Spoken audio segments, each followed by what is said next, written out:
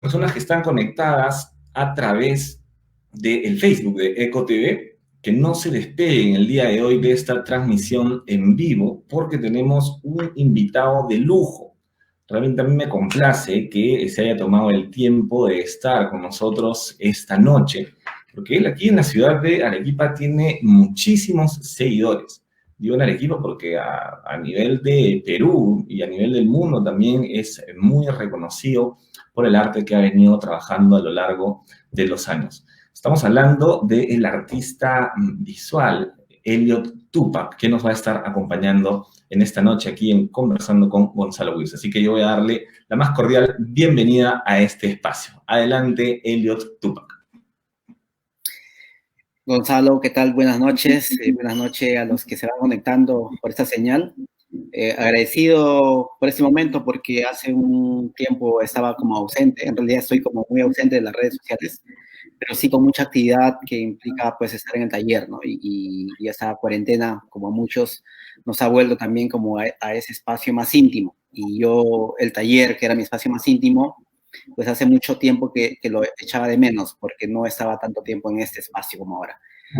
Y esto, así que yo estoy muy contento, además de que sea una conversación vinculado también a Arequipa. Es un lugar dentro de Perú que ciertamente me ha abierto las puertas en distintos momentos y el cual ahora mismo ando pensando en el despliegue y en el momento en que toque volver por allá y como en el entretiempo decíamos, para ir a Yanaguara y llegar a tomar las comidas sabrosas y ricas que existen por allá. Para nosotros, Elio, de verdad es un honor y un placer que te hayas tomado el tiempo de compartir este espacio con nosotros. Como lo dije al inicio del programa, bueno, en todo el Perú y el mundo tienes infinidad de seguidores, de gente que aprecia el arte que vienes trabajando, pero acá en Arequipa la acogida que tiene lo que tú vienes haciendo es increíble. Es por eso que yo te agradezco que hayas tomado este tiempo para conversar con nosotros. Aquí en EcoTV estamos saliendo a través de esta plataforma virtual que es el Facebook. Elliot, quisiera empezar conversando contigo un poco retrocediendo muchos años atrás, porque muchos conocen el Elliot Tupac de ahora, que es una persona pues exitosa, un referente de lo que es el arte, pero volvamos un poco a los inicios. Me gustaría saber cómo era Elliot Tupac a los 12 años, 10 años, cuando quizás recién iniciaba o recién se metía al mundo del arte. ¿Recuerdas a Elliot Tupac de los 10, 12 años? Me acuerdo desde los 3 años, más o menos.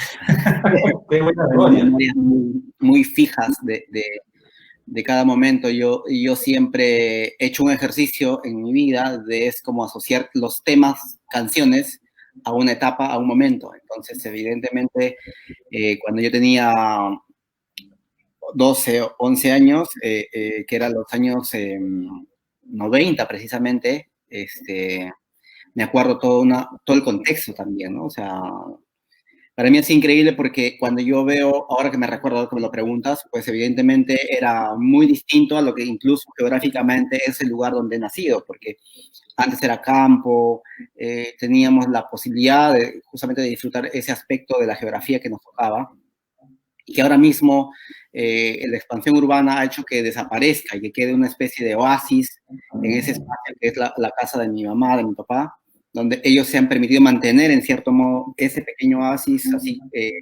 verde y todo ello, pero que lamentablemente, como digo, lo que existe alrededor ha sido un crecimiento desordenado urbanísticamente.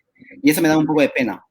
Pero cuando me preguntas esto de los 12 años, pues efectivamente yo ya en ese momento tenía participación en el taller de mi papá. Yo ya diseñaba a mi manera, evidentemente con una condición mucho más intuitiva y en otros casos como prácticos en función de lo que mi papá me podía como inculcar a nivel del dibujo.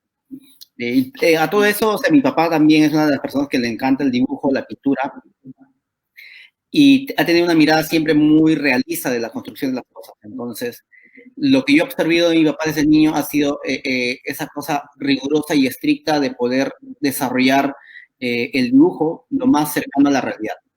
Entonces, eso hacía que yo desde esa temprana edad de 12 años yo ya tenía una especie de álbum en un cuaderno donde yo recortaba logos, lettering, de un sinfín de cosas que yo ni siquiera podía saber, y me acuerdo, a la memoria me viene, por ejemplo, me llamaba mucho la atención como la marca Hidrostal, por ejemplo, tenía una forma de confección muy geométrica, lo cual a mí me gustaba, y yo hacía recortes y los pegaba en ese cuaderno. Una marca de importadora de, digamos, de alfombras, Framar, que a lo mejor ya ni exista, pero, Sí. o sea, el Hotel Plaza del centro de Lima, muchos, Hogar, Monterrey, Oeshle, o sea, para mí eran esas cosas que yo las podía como marcar dentro del cuaderno pegado con papel, y al final eso se ha convertido, ese principio base, ¿no? De lo que significa el dibujo y la composición. Insisto, lo hacía muy espontáneamente, sin tener la obligación necesariamente en casa. Sí me gustaba participar del taller, y yo ya a esa época podía como hacer mis primeros pininos en el desarrollo del diseño de carteles. Desde muy pequeño, por lo que he podido investigar un poquito, tu padre, él trabajaba haciendo carteles, ¿verdad? Él estaba muy metido en el mundo de los carteles, y es por eso que tú de alguna forma empiezas a trabajar con él o ayudarlo, me imagino, y te introduces un poco en el mundo de la cartelería. ¿Es así? ¿Es netamente Sí, por el padre que te introduces ahí?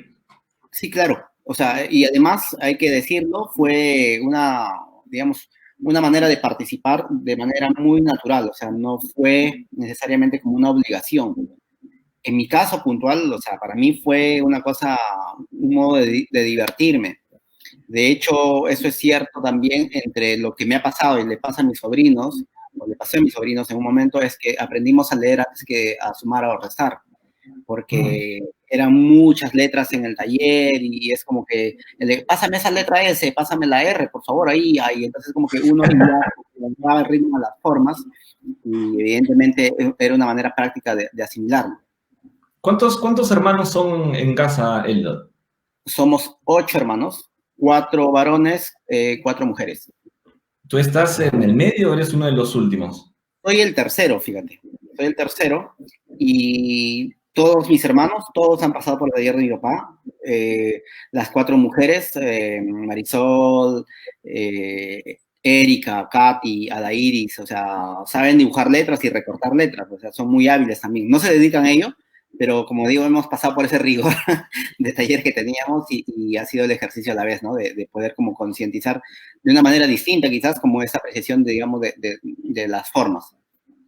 Y cuéntame, al momento de que tú vas, digamos, creciendo en el taller de tu padre, viendo todo el trabajo que él viene realizando, aprendiendo de él, ¿tu padre también quería de alguna forma que tú te dediques a lo mismo, o tenía en mente otro destino quizá para ti? A ver, mi papá, el taller de serigrafía de carteles, es una de las actividades por no decir muchas, que tenía. Mi papá es un tipo emprendedor, inquieto, aventurero, explorador, un tipo que nunca se ha limitado a sentirse, digamos, como enclaustrado en una sola dinámica de producción. O sea, ha hecho muchas cosas desde muy joven, estando en Huancayo y estando en Lima. En esa época que se dedicaba al cartel, pues también se dedicaba a la radio. Él, Él hacía eh, radio. él hacía radio, efectivamente. Entonces mi papá ha tenido, digamos, un vínculo con la radio muy estrecha. De hecho, cuando ese comentario que mi papá era como muy amigo de los errantes de Chuquibamba, era porque realmente él se ganó el cariño y la apreciación de los hermanos, porque mi papá no era el tipo que, por ejemplo, es como presentar el tema y bueno, escuchen ese tema y ya. No, mi papá hacía, digamos, todo un viaje imaginario por las campiñas de Arequipa, y dibujaba, digamos, con palabras, toda esa cuestión de sensibilidad, digamos, y que claramente al final esa naturalidad le permitió ser como muy amigo no solamente de los errantes en este caso, sino de los campesinos, los pluquiales, manantiales, con Maite Comaya, o sea, Acomayo. Mi papá tuvo esa manera Y me recuerda mucho también la historia de Picaflor de los Andes, porque entiendo que Picaflor de los Andes también es un hombre que se dedicó a hacer folclor peruano, huaynos, y que le dedicó canciones a cada lugar del Perú, ¿no? Entonces, creo que esa extensión también lo desarrollaba mi papá y era locutor de radio, era maestro de ceremonias, trabajaba en el estudio de grabaciones, hacía los comerciales cuando había la máquina de escribir y él tenía que hacer sus textos, sus dinámicas de conversación. O sea, mi papá ha sido el primer referente que he tenido, no solamente en la carpintería, sino en toda esa concepción de persona. Entonces, yo siempre debo aclarar y mencionar esa parte porque no se trata necesariamente del cartel por el cartel, sino es todo lo que circunda y toda la información que viene del ser humano. ¿Y en algún momento no te trajo el mundo de la radio, de la locución, al ver a tu padre? Me imagino que lo escuchabas tú en la radio. Sí, mi papá, es que lo que pasa, yo desde niño he sido muy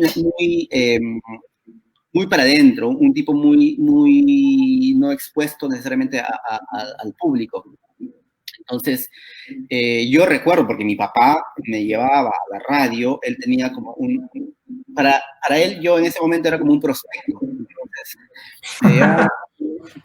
me decía que yo hable en la radio y yo le decía que no quería hablar y que me daba vergüenza y todo este asunto. Incluso me recuerdo cuando él me decía, en ese momento estaba el programa de Juan Ramírez, ni siquiera el programa, la radio de Juan Ramírez, Radio Cora del Perú. Entonces, mi papá me decía, pero hijo, aunque sea ahora como lo ay, se me va el nombre, pero como en la radio de Radio Cora, di la hora al menos. Decía que no.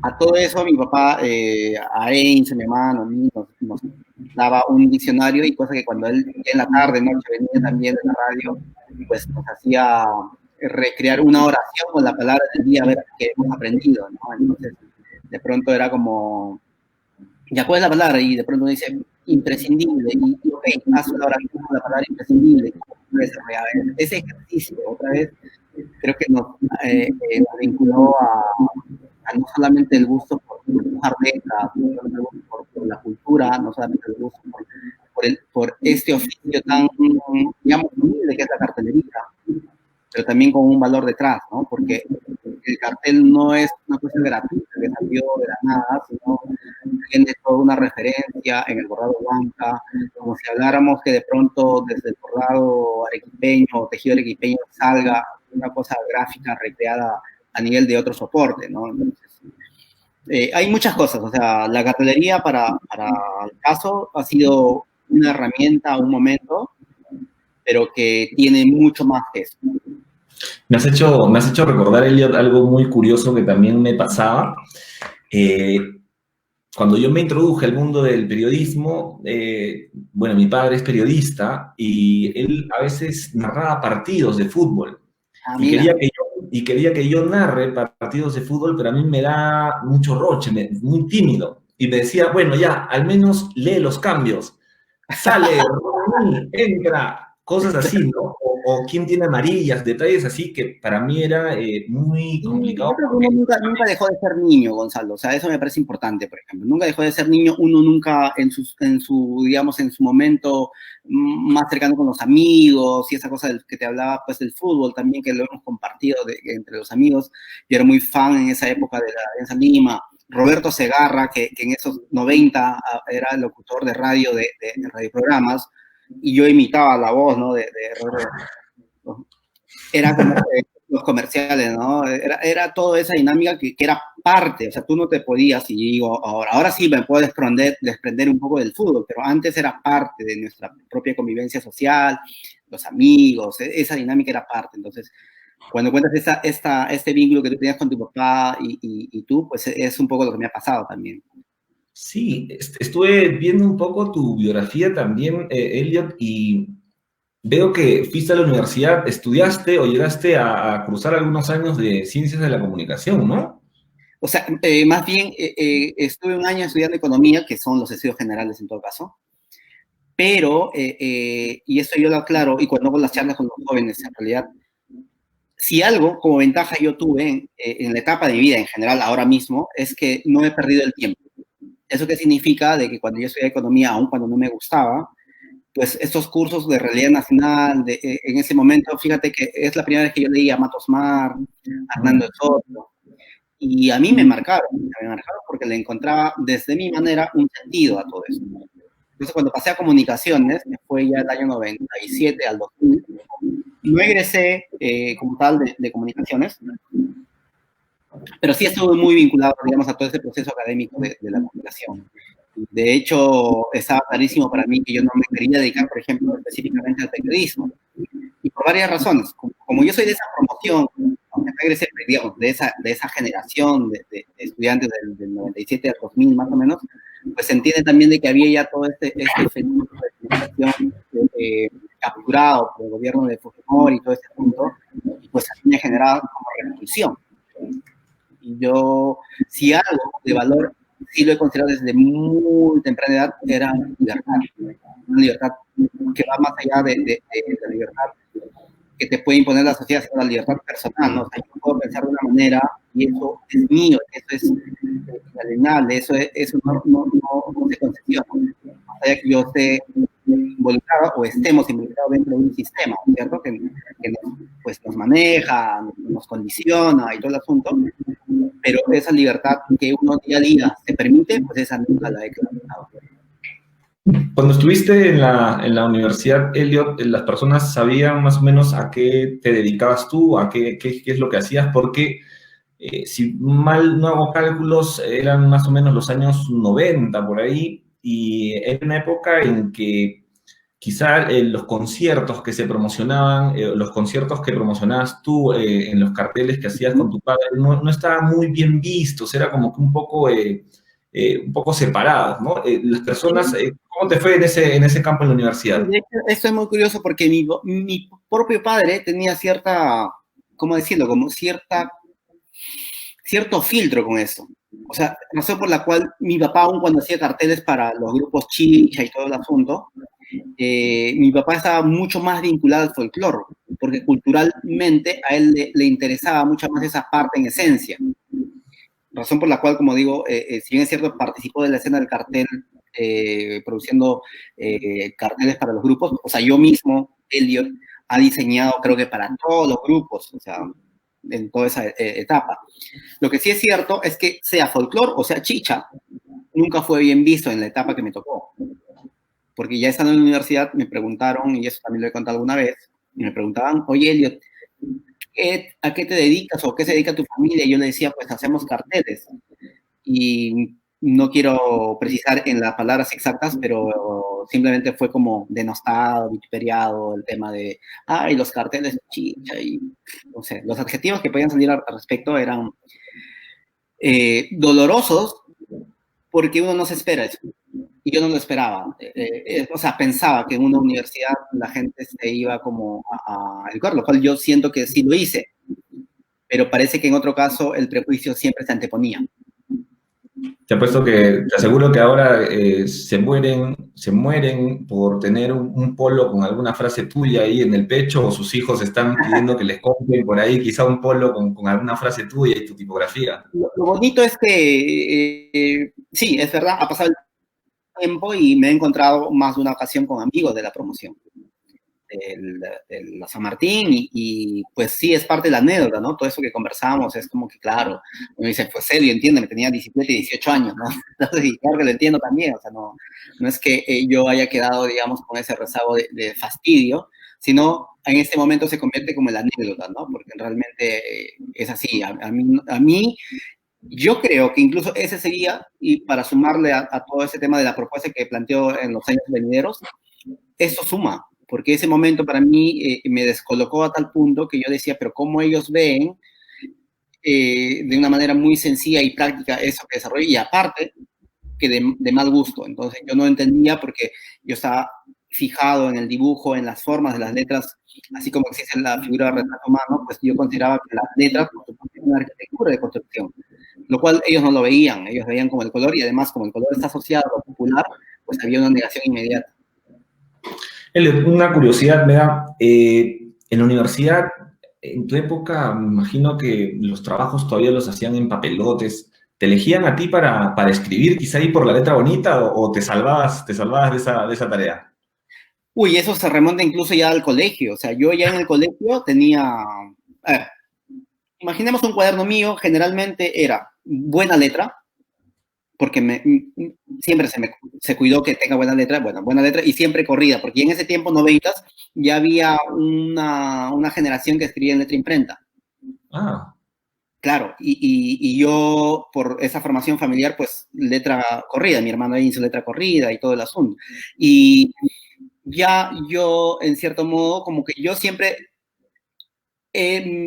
como que he diferenciado mi actividad en el colegio porque dibujaba mucho.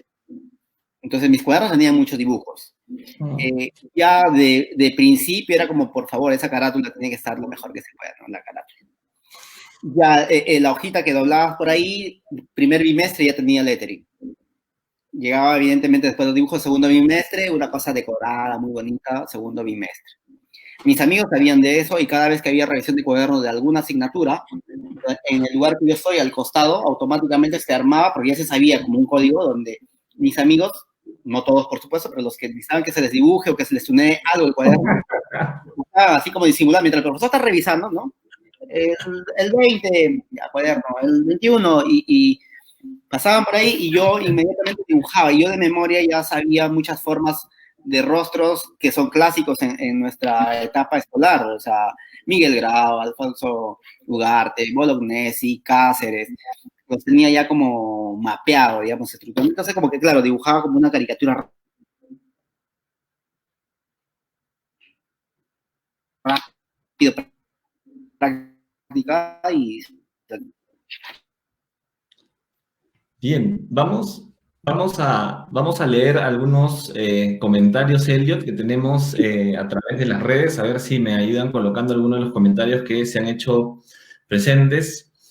Lorraine Orderique dice, qué gran invitado de lujo. Elliot definitivamente es uno de mis artistas favoritos. Ahí tienes, bueno, Lorraine Orderique, un saludo para ella. Eres uno de sus artistas favoritos. Muchas gracias a Lorraine por estar viéndonos. Brian Jorge, Elliot Tupac, me encanta su trabajo. Un saludo también para Brian Jorge. Alex Luna, buen espacio. Gracias, Alex. Muchas gracias por conectarte. Estamos con el gran Elliot Tupac. Josédu Valdárrago, saludos al maestro Elliot. Nos puede contar su experiencia de pasar de los carteles dibujados, calados a mano y serigrafiados al uso de herramientas digitales, la ilustración y el uso de la tecnología. Qué buena pregunta de José. Pregunta, de verdad. Sí. Qué buena pregunta. Ahorita vamos a ver, vamos a tratar de responderla, vamos a ver si tenemos algún comentario más por ahí. Sino para ir directamente con esta pregunta que me parece muy interesante, Elliot. ¿Cómo hiciste para, de alguna forma, digitalizar tu arte? La primera... Hoy tenemos un problemita, creo, con la conexión. A ver, vamos a ver que se recupere, a ver si me indican por interno. Vamos a ver que se vuelva a restablecer la conexión de nuestro amigo Elliot Tupac. Él es artista gráfico, tipógrafo también, y está con nosotros esta noche aquí en Conversando con Gonzalo Wills. Realmente es un lujo contar con su presencia el día de hoy, porque bueno, es toda una experiencia de vida la que nos presenta el día de hoy Elliot Tupac. Vamos a esperar que se restablezca. Ahí está. Estás nuevamente con nosotros, Elliot. Te fuiste unos segundos. Muy potente que nos descolocó.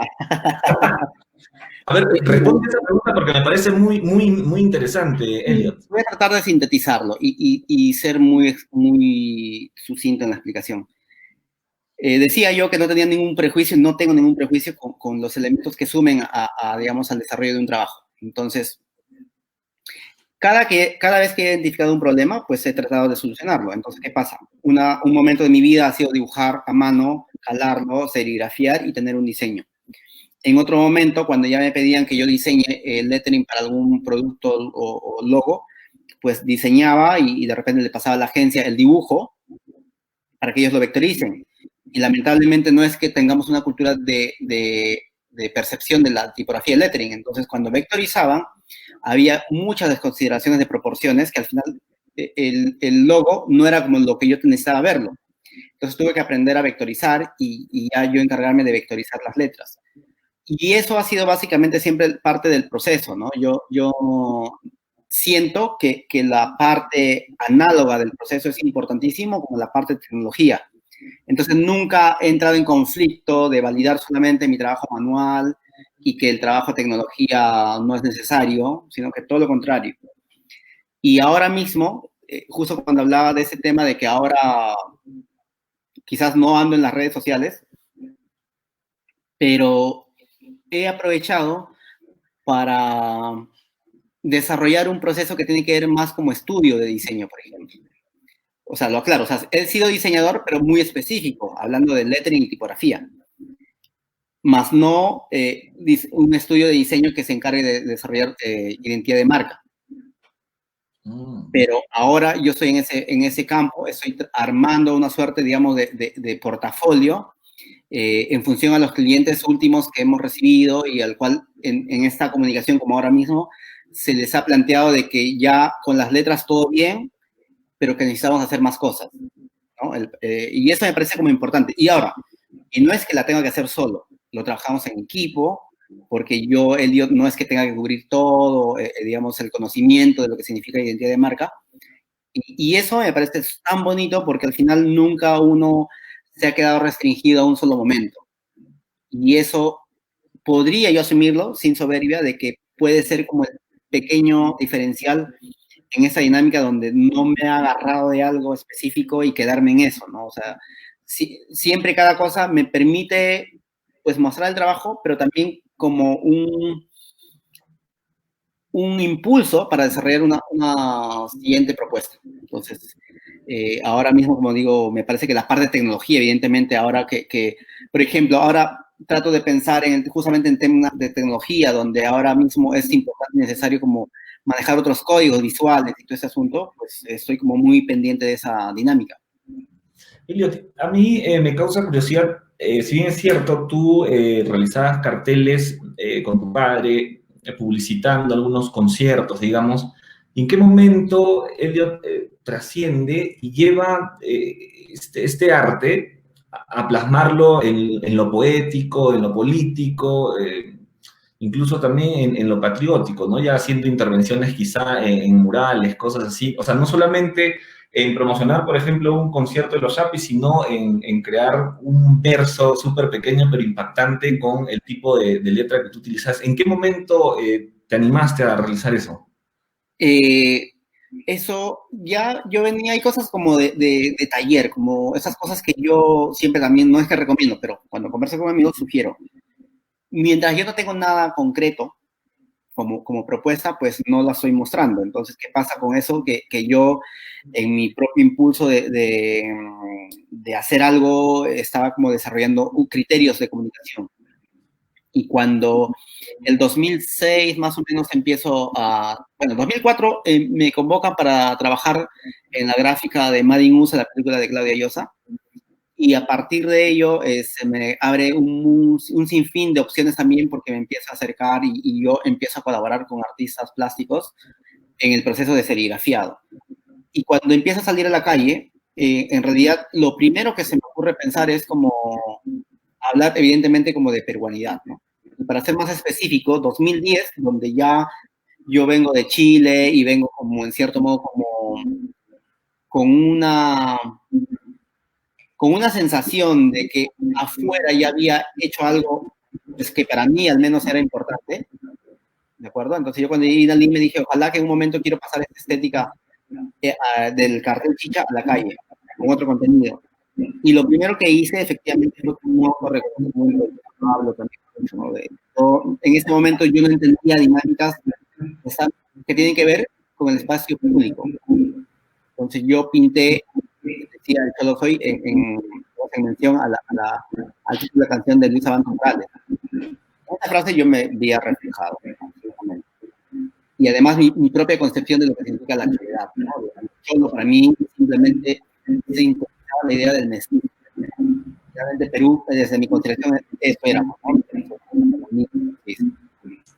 Ese quizá, de ellos, es quizá el trabajo el que más te gusta o el que más cariño le tienes a la frase esa que escribiste, o ¿O de No, todos los trabajos, cuál es el que tú tendrías quizá, que digas, aquí empezó todo? o sea, empezó con el Cholo Soy. Eso yo estoy claro, convencido en una etapa, o sea, en una etapa ya como más sólida, porque como digo, todo 2000 al 2010, pues estuve yo como internamente en taller y con todo eso haciendo cosas. O sea, no es que yo aparecí en 2010 y aparecí como de la nada, ¿no? En realidad ya venía, Es un además, trabajo constante. sí, y además familiar también, ¿no? Mi papá ya su trabajo se evidenciaba como taller Views, a mi hermano Edison. Entonces, estábamos como posicionados en un pequeño círculo que tiene que ver con la comunicación gráfica y todo esto. Pero cuando tú me preguntas qué frase, en realidad primero nunca tengo una frase que diga eso me representa al máximo y ya, porque pues como todos en la vida pasamos etapas, ¿no? Y para mí la primera etapa visible fue la de Cholo Soy, cumplí con eso, me sentí honrado yo mismo de haber sobre mi propia representación representar a otros más. Pero lo que pasó después de eso es como que hablé mucho de peruanidad, cómo será no ser peruano, Perú peruanízate, ser peruano y no parecer, tenía ese matiz. Pero a la par con el Cholo Soy, lo que estaba sucediendo es que esa manera de plantearlo, no siendo mi intención, se estaba yendo más al plano social, pero de izquierda o de una mirada mucho más, digamos, socialista. Y lo cual estaba bien hasta un punto, pero cuando digo, todo está tratando de irse por ese lado, pues dije, no, yo no quiero centrarme específicamente en un tipo de público o en un tipo de pensamiento. Y ahí es donde empiezo a cuestionarme y ver la manera de replantearlo, y ahí es donde aparece este ejercicio de la metáfora como parte de este proceso de la universidad también. Así que la metáfora me puede permitir hablar de contexto muy inmediato, de la misma manera permitirme de que cortes ese contexto inmediato y que aún así necesitas otras cosas. Un ejercicio práctico que yo fui con el experto, un amigo con el que estábamos en un momento, estamos en Cantagallo, en la Universidad de Lima, y ahí intentamos cosas para las señoras indígenas que se desarrollan económicamente con el bordado y el tejido. Escribimos una frase que decía, tejiendo esperanza. Está hecho para ellas se identificaron, ellas pudieron modificarse al mural. Llegamos a su espacio y le pintamos algo que los vincule a ellas, que se sientan representadas, lo cual sucedió. Eso era la primera intención y funcionó. Y yo súper obviamente convencido de que si es así, me parece bueno, ¿no? O sea, yo no puedo llegar a un espacio sin cuidado. No voy a imponer lo que yo quiera proponer nada más, sino que siempre tengo que tener comunicación, tengo que generar un puente donde ese equilibrio, digamos, de lo que yo pienso, creo hacer, esté también asociado al criterio de las personas que van a convivir con ese mural.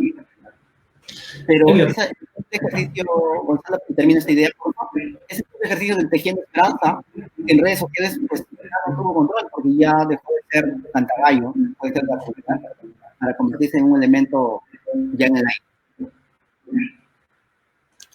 Han habido lugares, quizá, Elliot, donde han querido llevar tu trabajo y de alguna forma tú no has aceptado o no te ha agradado la idea de que tu trabajo vaya, digamos, con tal empresa o en tal movimiento?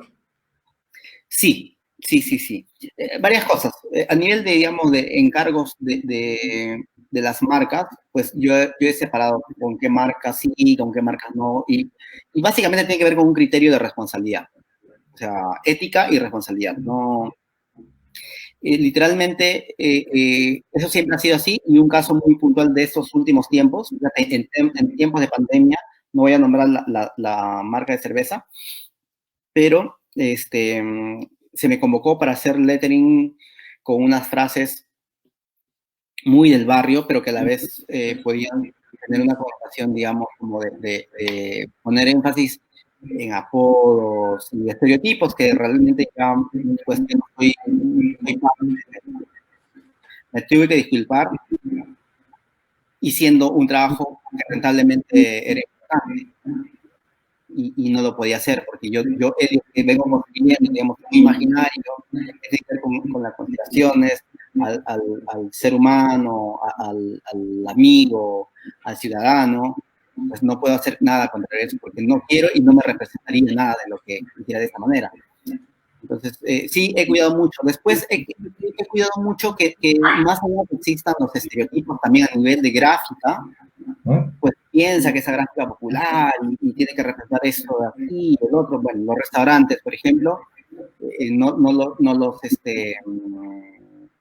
no los juzgo, pero siento que muchas veces se han centrado en esta idea de que hacemos unas letras con el estilo Elliot y tal, pues es parte de proponer una dinámica, una temática popular, digamos. Y yo, mira, en Lima no he pintado más que un solo local y muy mínimo, muy específico, pero si hubiera tenido que pintar los locales de restaurante o logos de restaurante que me han encargado en el camino, pues serían muchas. Lima estaría llena de tus letras. Sí, y la verdad que no tengo la intención de ocupar justamente esos criterios fáciles, ¿no? Porque, otra vez, rentable sí son, si aplicara todo eso. Pero, en verdad, hay una necesidad de extenderlo, ¿no? O sea, de plantear propuestas que a la vez no se queden estáticas en un tiempo, sino que permitan ser mucho más maleables, que se permitan transformar.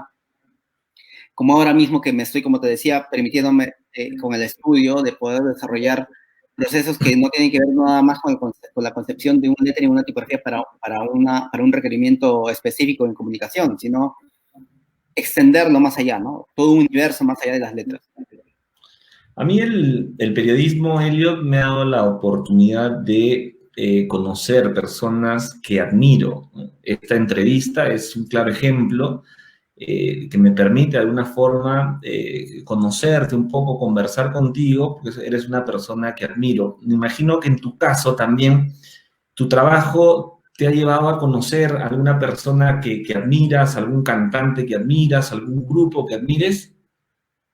Sí, claro que sí. Y pegaría si empiezo a nombrar alguno, pero mira, si algo, y si ya tengo que ocupar una palabra suerte, que no lo es, pero para que se entienda la figura, yo he tenido la suerte de que mi trabajo me haya permitido viajar a distintos lugares. He tenido la suerte en esos viajes de haber participado en eventos que tienen que ver de diseño, diseño como regional, mundial o como fuese, donde yo me he permitido y he tenido la oportunidad de conocer figuras importantes. Y que claro, que no queda, como imaginaremos, pues no queda en la charla de días, no queda en la interacción que uno tiene, ¿no? El desayuno en el hotel, el almuerzo, la cena, que de repente nos hacen como un general. Y en esa interacción, como ahora mismo estaría pasando, pues me han generado una educación importante que yo poco a poco deseo fluido. Razón por la cual, como digo, no siendo necesariamente mi trabajo como diseñador gráfico de profesión, permitir como manejar un equipo de trabajo, porque ya se filtraron, o sea, entiendo esa dinámica un montón con las agencias, con los estudios de diseño, y todo ello, y al menos, como digo, entiendo los criterios. Y cuando trabajo en equipo, o sea, mi criterio es un momento interno de estudio, pero cuando vamos a entregar al cliente, pues cada uno tiene una responsabilidad, ¿no? Y cada uno desarrolla su presentación y su proceso dentro del equipo de cara al cliente. Entonces, nunca hay esa intención de Elliot tiene que aparecer en todo el proceso, tiene que estar como ahí, mostrándose como que el único que soluciona, ¿no? Yo no, o sea, bajo el nombre de YouTube somos varios, en el que lo que procuramos es como solucionar un caso, digamos, posible de comunicación gráfica. Hay momentos, Elliot, en que la creatividad, digamos, como a cualquier artista le puede ocurrir, hay momentos en que la creatividad se te cierra, se te corta. ¿Tienes algún tipo de mecanismo para que nuevamente empieces a crear cosas? ¿Tienes algún tipo de truco, quizás? No sé si truco, pero una cosa que es real, no hago una sola cosa, hago varias cosas. O sea, evidentemente todas a nivel creativo, ¿no? Entonces, así como te decía, pues el taller de serigrafía, que aquí mismo funciona, el taller de letterpress, que está en la otra habitación, el dibujo, mira, hasta tengo de pura manía tengo un lápiz en la mano, o sea. o sea, siempre estoy como... Y una ventaja que también me he generado, porque es una cuestión que cada uno se tiene que generar, es que si bien es cierto, los clientes te exigen tanto a nivel de tiempo, como dicen, lo queremos para ayer, ¿no? Esa idea siempre en diseño, pues hemos manejado tiempo. Entonces, si por ejemplo, yo mañana me había propuesto terminar unos bocetos y no lo puedo terminar mañana porque sí, hay esos bloqueos o no me metí de fondo en la investigación para poder desarrollar la propuesta, pues hago otra cosa y me doy esa licencia de presentarlo unos días más, pero sin perjudicar nuestra entrega al cliente. Lo que yo me generé es un tiempo prudente donde tengo ese pequeño cibache y permitirme como respirar un rato y poder como volver al tema. Pero mientras que respiro, estoy haciendo otra cosa. Y eso, yo creo que es como un ejercicio necesario, porque uno, por ejemplo, uno es escritor, pues o si yo lo fuera, o sea, no, creo que no podría solucionar nada si es que intento escribir y digo, no me sale y agarro el papel, lo tiro, no me sale y agarro el papel, lo tiro, no, o sea, o hago otra cosa, o sea, pinto, bordo, algo distinto, que al final hay unos como se va encontrando otra vez. Entonces, tengo ese ejercicio que es un poco disperso, pero que me ayuda mucho a que el simple hecho que la actividad creativa enfocado a una opción u otra, en cierto modo como que te deja respirar, o sea, y eso es lo que procuro.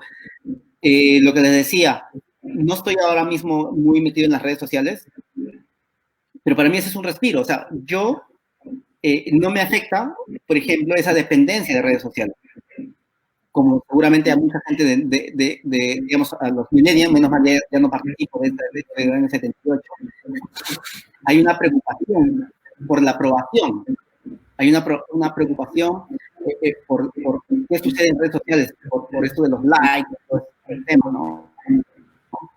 Yo no voy a decir que soy ajeno a eso, no lo voy a decir de esa manera, pero soy como estratégico mi manera de okay, yo me guardo un tiempo para que no salga una propuesta que no considero como relevante y planteárselo a la gente. No estoy como preocupado, por ejemplo, mañana que subo, o esta semana más que subo, no sucede conmigo, y menos mal, me da eso, la tranquilidad de no estar preocupado en redes sociales hasta que suceda en su momento. Y eso me parece, creo que una manera, que viéndolo, digamos, con los amigos, no necesariamente todos lo han asumido, pero yo al menos puedo decir que ese es un pequeño plus que suma a esa especie de venir a mi taller, enclaustrarme aquí y pues, más preocuparme en ese proceso creativo personal. Mi proceso creativo es continuado a que le gusta a la gente, a que espera a la gente. Me han contado por ahí, Elliot, no sé si sea verdad, tú me lo puedes aclarar tal vez, que han habido varios partidos políticos que te han buscado para que puedas apoyarlos con tu arte, con tus diseños, para de alguna forma captar otro tipo de público. ¿Es cierto? ¿Te han buscado varios partidos políticos para ello? Sí, varios. ¿De los malos? Seguramente varios. Es que todos son malos. Sí, pues, no hay problema. Ajá, entonces, lo que sí, como te decía en un momento, como estudio hemos hecho algunas cosas, sí, eso es verdad, no lo voy a negar, pero, o sea, Elliot que se involucre y que diga, pues yo respaldo a este representante político, eso no. O sea, porque ese no es mi trabajo, no es mi rubro, otra vez, no quiero, por más bueno aparente que sea, no quiero como participar de una escena política en esa condición. Entonces, yo procuro como tener distancia con ello, pues porque también tengo dos lecturas, o sea, otra vez, cuando tú tomas una posición muy definida a nivel de lo que quieres hacer, pues todo bien, pero cuando no lo tienes necesariamente, estás bien más pensando a qué palo te arrimas, porque finalmente es como, a ver, yo ahorita podría tener una posición ideológica de esos tiempos, de género, por ejemplo, y mañana o estos días ya hubiera aparecido generando harto contenido sobre eso mismo, y evidentemente tendría mucha gente detrás diciendo, bravo, buenísimo. Y no es que esas no participo, o sea, yo estoy muy consciente de esa nueva etapa, de esas nuevas, digamos, evidencias de lucha, pero soy consciente que no, como muchos sí lo hacen, que no necesito hacerlo, o sea, no agarrar una lucha para hacerme la mía o participar de ella y ganar esos adeptos que te decía, ¿no? O sea, esa es una manera, es un ejercicio válido, pero que yo particularmente me cuestiono, ¿no? Y no quisiera partir de esa manera, sino que sea todo espontáneo. Cuando yo tenga que hacer una convicción de algo, pues que sea espontáneo, ¿no? Que no esté condicionado a eso que me pasa, o sea, y de buena fe seguramente me escribe y me dice, Elio, por favor, ¿cuándo te vas a hacer un cartel, un diseño de esto? Elio, ¿cuándo vas a hacer eso? ¿Cuándo te vas a manifestar sobre esta otra cosa?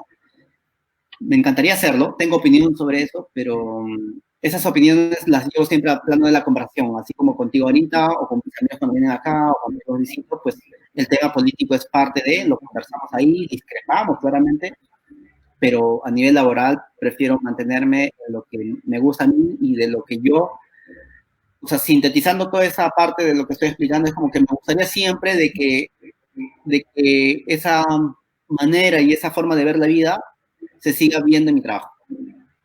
Bien, y sí, se puede apreciar la integridad que tienes como artista. Otra de las curiosidades que tengo, Elliot, es, tú has crecido en la carretera central, ¿verdad? Es un sitio, tengo amigos, te comento, tengo amigos que viven ahí por la carretera central.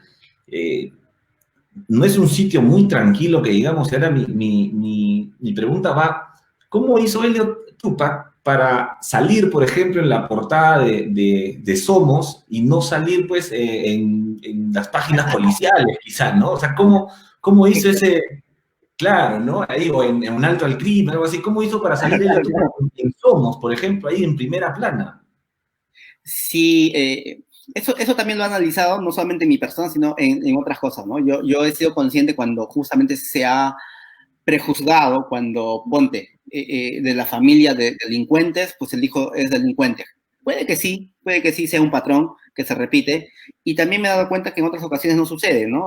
Entonces, en mi caso, cuando refieres eso de mi lugar de procedencia, pues sí, un lugar movido, bravo y todo el asunto, pero ahí tengo que agradecer otra vez a mi papá y a mi mamá, que con todo eso nos educó bien y imagínate en esta pequeña espacio de convivencia rural que se llama San Juan de Pariachi, los vecinos en nuestra pobreza y en nuestra decencia reconocían ese valor importante que era el respeto que nosotros generábamos. Siempre que salíamos a los mayores saludando, y ahí éramos como, a los mayores siempre teníamos esa costumbre de saludar tío, ¿no? O sea, buenos días tío, buenos días tía, y quizás esa era una extensión como muy, muy, muy andina de decirlo, pero que finalmente esa era nuestra formación. Y cada vez yo he sido consciente de que efectivamente qué es lo que quería hacer. O sea, estamos claros que yo no quería hacer nada de esa cuestión, pero a modo de broma y recuerdo, y esto quizás me descoloca en esa idea del correcto, pero yo de niño en la escuela, lápiz que encontraba como aparentemente ausente de dueño, me la agarraba. Para pintar. Sí, mira, esas aberraciones. Como, como todo artista, me imagino que la pandemia también de alguna forma te ha afectado, ¿no? Me imagino que en tu estudio también das trabajo a muchas personas. ¿La pandemia también les ha chocado fuerte a ustedes, a tu estudio? Eh, Creo que a todos le ha afectado, de una manera u otra. Sí, eso seguro que sí. Te digo esto porque tengo un amigo que la pandemia ha sido lo mejor que le ha podido pasar porque ha empezado a producir un montón de cosas que no había en su momento. Por eso te lo pregunto. Claro. Y sobre eso quisiera referirme. O sea, yo creo que los amigos en el ámbito, digamos, vinculado a la parte creativa del diseño y otras actividades que puede ser la ilustración misma, con clientes o no clientes, pues ha sido una terapia importante. O sea, en sí, yo lo que te he contado, pues toda esta parte es como que he tenido mucha actividad, y no solamente actividad como coyuntural, ¿no? Como estas cosas que hagamos algo para vender mañana, no. O sea, estamos justamente en esos proyectos que tienen que ver con identidad de marca que están proyectados para el siguiente año, que se están trabajando de tramos de 6 meses, 7 meses. Entonces, no hemos sentido necesariamente como que ese agobio que hemos visto en mucha gente. Y eso, pues, otra vez, considerémosle una suerte bonita generada a partir de lo que hacemos, ¿no?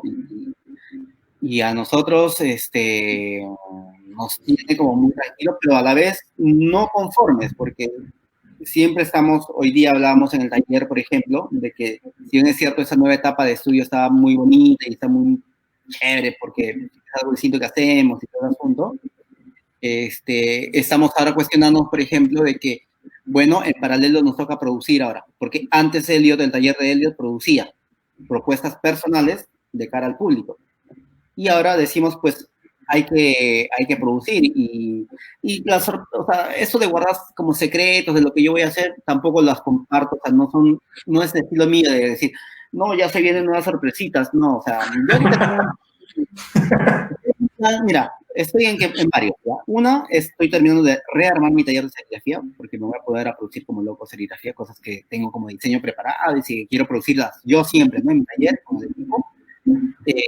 Cosas más inmediatas, el rompecabezas, esos rompecabezas ahora que tampoco es que le invente, o sea, me caigo en cuenta, no es que me estoy inventando las cosas, sino que son motivaciones que no tienen tiempo, y digo, bueno, ahora quiero hacer un rompecabezas, una colección de 3, y ando en esa dinámica también de ver el rompedor, o sea, y cuidarme de que el proceso también permita que el trabajo final o el producto final tenga, digamos, como las consideraciones del caso, ¿no? Un buen cortado con troquel, el tipo de material.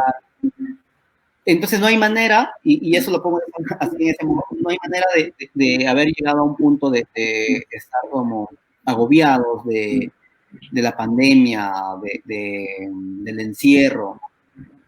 O sea, Te has mantenido ocupado, digamos, ahí en tu trabajo.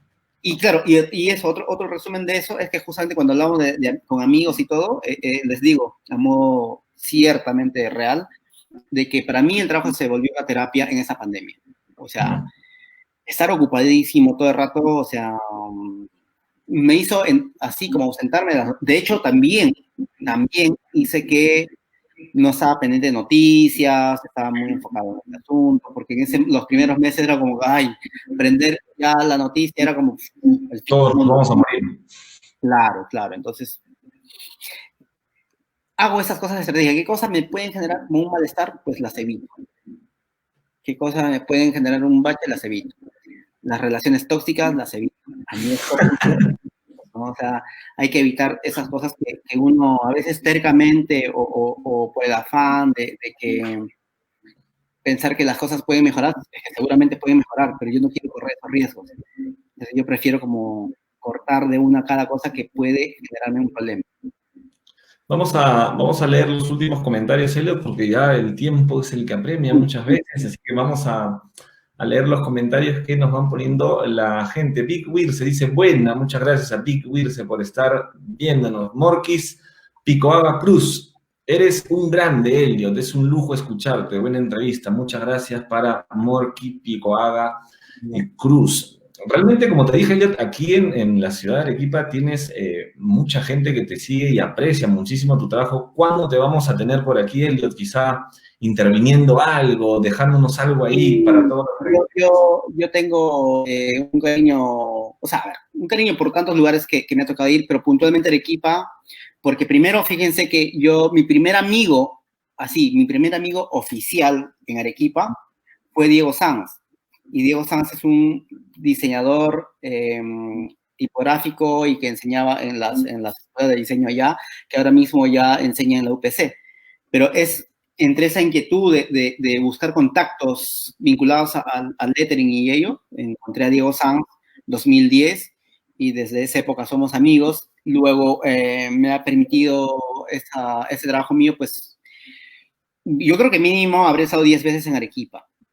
Y claramente, pues he hecho de amigos también, y siempre yo sé, o sea, tengo así como muy insertado esa idea de que Arequipa es justamente como esa extensión de amigos, porque allá en Arequipa está una amiga, Leila Arenas, que es ilustradora, otros amigos más de distintas digamos, profesiones, ¿no? No necesariamente el tema del diseño es el único que nos vincula, o sea, a mí me da tanto gusto justamente que ese trabajo me haya permitido conocer más gente. Y yo agradezco, así aprovecho, siendo el canal, aprovecho para agradecer a la gente de Arequipa, que ha sido muy, muy amable. De hecho, para mí me ha roto ese estereotipo que de niños de repente hemos tenido, ¿no? Cuando se dice, el arequipeño y los arequipeños, sí. Y nada que ver, porque digo, es que esa historia, ¿qué fue? ¿Dónde lo inventaron? Porque realmente yo no he conocido, y lo digo abiertamente, no he conocido un amigo arequipeño orgulloso. O sea, puede ser seguramente, pero al menos han fluido todo, todos nos hemos reído, nos hemos alegrado en todas las instancias, y me parece bonito siempre como volver a Arequipa. Ojalá vuelva pronto. Te esperamos con los brazos abiertos aquí a Arequipa para que puedas dejar el lindo arte que vienes desarrollando para poder comer quizá un rocoto relleno, un queso helado. La comida es muy variada aquí, así que te esperamos con los brazos abiertos. Hay sitios lindos que quizá, si tú puedes verlos, puedes intervenirlos. Estoy seguro que la ciudad entera estaría muy complacida de que nos dejes un pedacito de lo tuyo aquí en la Ciudad Blanca. Mira, a ver, vamos a leer qué dice Deep Brian Tinajero. Sus trabajos junto a Desertor fueron increíbles. ¿Tiene planeada alguna colaboración próxima? ¿Tienes alguna colaboración planeada, Elliot?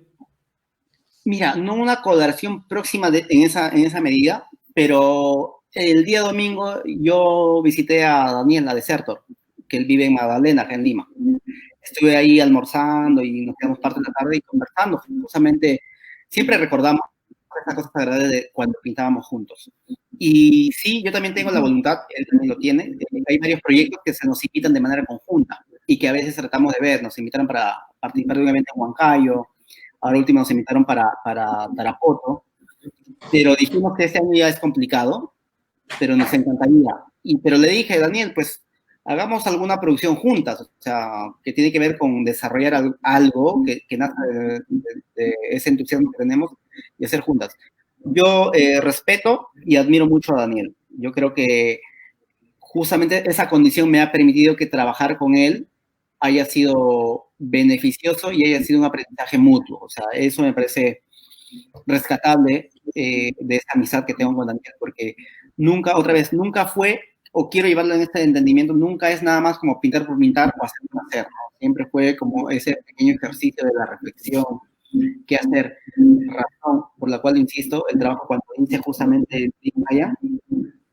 Yo también recuerdo con mucho cariño esos trabajos con Daniel, porque conceptualmente y a nivel gráfico se resolvían muy bien y muy rápido, muy práctico. Y eso no me ha pasado, y lo digo, no me ha pasado con otros artistas o ilustradores. Porque yo voy a contar una anécdota. Daniel, para que se entienda esa figura de qué significa colaborar con un artista. Colaborar con un artista o con un amigo, con un compañero del arte y todo, no significa que los trabajos se evidencien en la gráfica 50% y 50%, sino que perfectamente puede ser un 80 de Daniel y un 20 mío. O sea, ¿qué significa? Que yo le puedo hacerlo muy pequeñito. Pero si los dos estamos claros de lo que queremos comunicar, pues eso es lo que tiene que ser. En una oportunidad pintamos en el centro de Lima, y cuento que quizás ya como los finales, pintamos un mural que justamente es el Antes Soñaba. Y el Antes mi favorito, creo. Claro, el Antes Soñaba tenía el trabajo de Desertor, de Set y yo. En Inocencia, esa época, año 2012, le pregunta a Daniel, le digo, pues imagino que en esta pared, en ese lado pintará Set, en ese otro lado pintarás tú, y yo, por esta cuestión, digamos, de composición, pintaré al medio la frase. Y Daniel me dijo, mira, no, aquí, para componerlo, y según lo que estamos pensando, está bueno que vaya la imagen de Set, el personaje, que desarrolle el personaje, y que tú hagas la letra por encima de ella. Yo voy a hacer el fondo, esos abstractos que nos tiene acostumbrados a ser muy, muy hermosos y todo, las ha trabajado, pero realmente la gente no es que vea el trabajo de Daniel, pero sí es importante a nivel de la composición. Entonces, ese acto de desprendimiento y de humildad a la vez, pues a mí también me deja como una reflexión y me invita justamente a replantear cuando un trabajo es conjunto, pues lo que se está esperando es que sea funcional el resultado, no que la presencia de uno se evidencie. Bien, sí, esperemos que pronto puedan volver a a trabajar juntos, ¿no? Porque realmente cuando se juntan, pues dejan cosas increíbles, como ese de Antes Soñaba, que te indicaba que es uno de mis favoritos de los muchos trabajos geniales que tienes.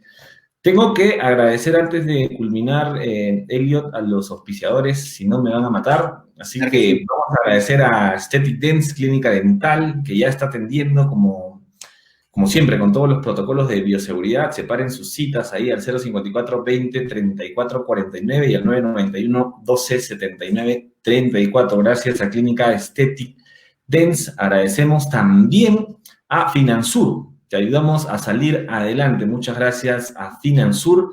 Y también agradecemos a El Bife Parrilladas. Cuando vengas aquí, Helio, también te vamos a llevar al Bife Parrilladas, unas parrilladas buenísimas ahí, por la avenida Estados Unidos. Muchísimas gracias al Bife Parrilladas. Muy bien, gracias a los auspiciadores que tenemos. Open Tienda también, un nuevo auspiciador. Muchas gracias a Open Tienda. Mire qué bien. Muchas gracias por confiar en este espacio. Elliot, muchísimas gracias por estar esta noche con nosotros. Muchísimas gracias por dedicar este tiempo y para que las personas también conozcan un poquito más de lo que has venido trabajando a lo largo de estos años. Como bien lo mencionaste, no es que Elliot Tupac salió hace unos 4 o 5 años y es la figura que es ahora, el artista exitoso que es ahora, sino es un trabajo que viene, podríamos decir, desde los 12 años que ya vienes trabajando arduo y duro. Así que muchísimas gracias por darte el tiempo de estar esta noche con nosotros, Elliot. Pues muchas gracias a ti, de verdad, ha sido muy, muy agradable la conversación. Y pues cuando gusten, estamos en otra comunicación y en otro caso, pues ya visitaré Arequipa. Prometo volver a Arequipa de todas maneras. Tenemos el video grabado felizmente, Elliot, así que vamos a tomarte la palabra cuando estés aquí. Bienvenido con mucha comida rica, así que... en Guanaguara y ya con eso, digamos, evidentemente después de una noche larga y extendida, ¿no? Sí, por supuesto, Elliot, te tomamos la palabra. Elliot, muchísimas gracias. Gracias por estar aquí y esperamos volverte a ver muy pronto por las tierras aquí arequipeñas. Bueno, un abrazo grande, Gonzalo. Te mando un abrazo. Queda, digamos, pendiente muchas cosas, pero ahí estamos a la orden. Listo.